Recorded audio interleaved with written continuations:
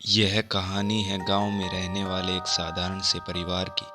गांव के किनारे पर एक इमली का पेड़ था। कई तरह की अफवाहें उस पेड़ के बारे में फैली हुई थी।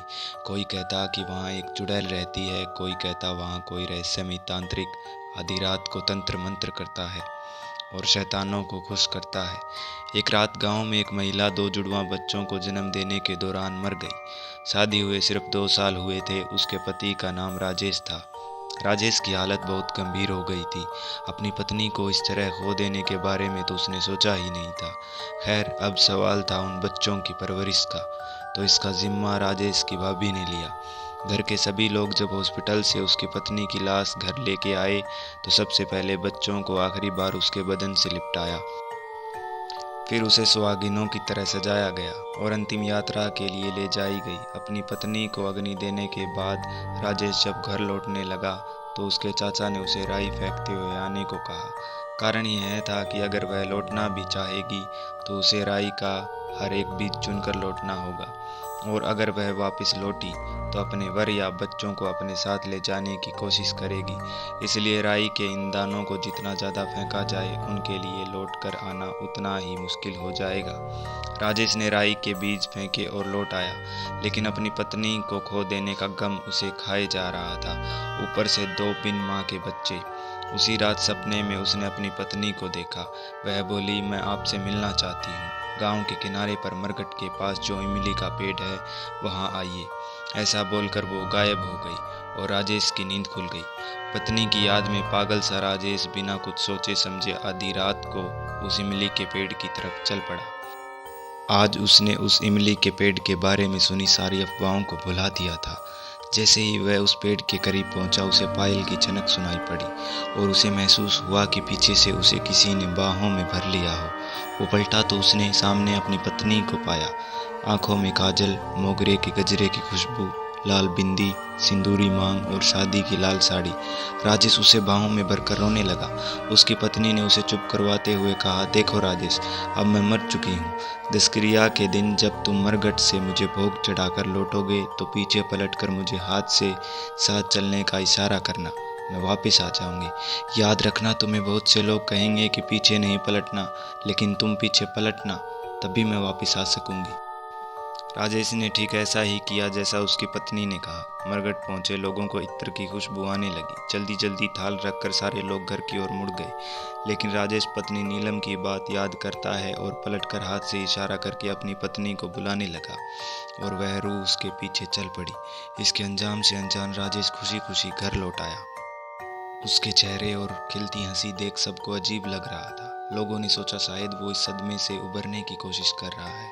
अपने कमरे में आते ही उसे एहसास हुआ कि उसके पीछे किसी ने दरवाज़ा बंद किया। वो समझ गया कि ये उसकी पत्नी ही है, पर अचानक कमरे में अंधेरा छा गया और अजीब अजीब सी आवाज़ें आने लगी, और फिर उसे उसकी पत्नी नजर आई। वो आगे बढ़ी और बोली, राजेश, मैं लौट आई हूँ हमेशा के लिए। मेरे बच्चे कहाँ हैं? अब बच्चे मेरी और मेरी सखियों की जिम्मेदारी है। राजेश ने पूछा, कौन सी सखी नीलम? मैं अकेली नहीं आई, मेरे साथ मेरी 2 सखियां भी आई हैं। वो भी हमारे साथ इस घर में रहेगी। राजेश असमंजस में पड़ गया। तभी उसने देखा कि 2 औरतें, एक जिसके हाथ में एक बच्चा है और दूसरी नई नवेली दुल्हन है, जिसे उसके पति ने सुहाग रात वाली रात को दूध में जहर डालकर मार दिया था। वो दोनों राजेश की ओर बढ़ी और बोली, हम यहाँ आए हैं शरीर की तलाश में। तुम्हारे घर के किन्हीं 2 लोगों के शरीर को हासिल कर हम उसी में रहेंगे, और तुम्हारे एक बच्चे के शरीर में मेरा अजन्मा बच्चा रहेगा, और एक बच्चा नीलम के साथ रहेगा जिसे वो जल्द ही मारकर रूह में बदल देगी, और फिर हम तुम्हें भी अपने साथ ले जाएंगे अपनी दुनिया में। लेकिन इन सब के लिए हमें काल रात्रि की अमावस तक का इंतजार करना पड़ेगा, और तब तक हमें शरीर चाहिए, और अंतिम दिन उन्हीं शरीरों की बलि देकर हम तुम्हें साथ ले जाएंगे। राजेश की सारी बातों को सुनकर बुरी तरह घबरा गया। ऐसा कुछ तो उसने सपने में भी नहीं सोचा था कि उसकी खुद की पत्नी इस तरह के खतरनाक इरादों के साथ लौटेगी। वह बोला, नीलम, तुम अपनी सखियों को यहाँ से जाने को कहो। मैं अपने परिवार पर इतना बड़ा खतरा नहीं आने देना चाहता। नीलम हंसी और बोली, तुम क्या सोचते हो? तुम जिंदा रहो और मैं बिना शरीर के तुम्हारे साथ रहूं, ये तो नाइंसाफ़ी है राजेश। नीलम की बात सुनते ही राजेश के पांव तले ज़मीन खिसक गई। वह बिना कुछ सोचे समझे इतनी बड़ी गलती कर बैठा था। नीलम और वे अन्य आत्माएं कमरे में उड़ने लगी। इतना भयानक नज़ारा राजेश ने आज तक नहीं देखा था। वह कमरे से बाहर निकल आया। पहले उसने सोचा कि ये बात अपने परिवार को बताए, लेकिन अगर उसने सबसे यह बताया तो सब पूरी तरह घबरा जाएंगे। वह गांव में उस फकीर के पास पहुंचा जो पहले उस इमली के पेड़ पर लटकी डायन से 2 बच्चों को बचा चुका था। फकीर बोला, देखो राजेश, यह एक बहुत ही भयानक समस्या है। इन आत्माओं से निपटना बहुत मुश्किल है। अभी तो हम कुछ नहीं कर सकते, लेकिन इसका तोड़ मैं ज़रूर निकालूंगा। अभी तुम घर जाओ। राजेश जब घर पहुंचा तो उसकी भाभी ने उसे खाना परोसा। जैसे ही पहला निवाला मुंह में लिया, उसकी नज़र भाभी पर पड़ी।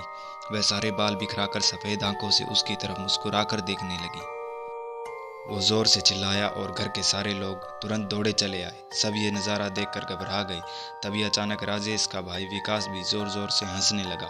लेकिन ये कोई साधारण हंसी नहीं, बल्कि एक औरत की हंसी थी।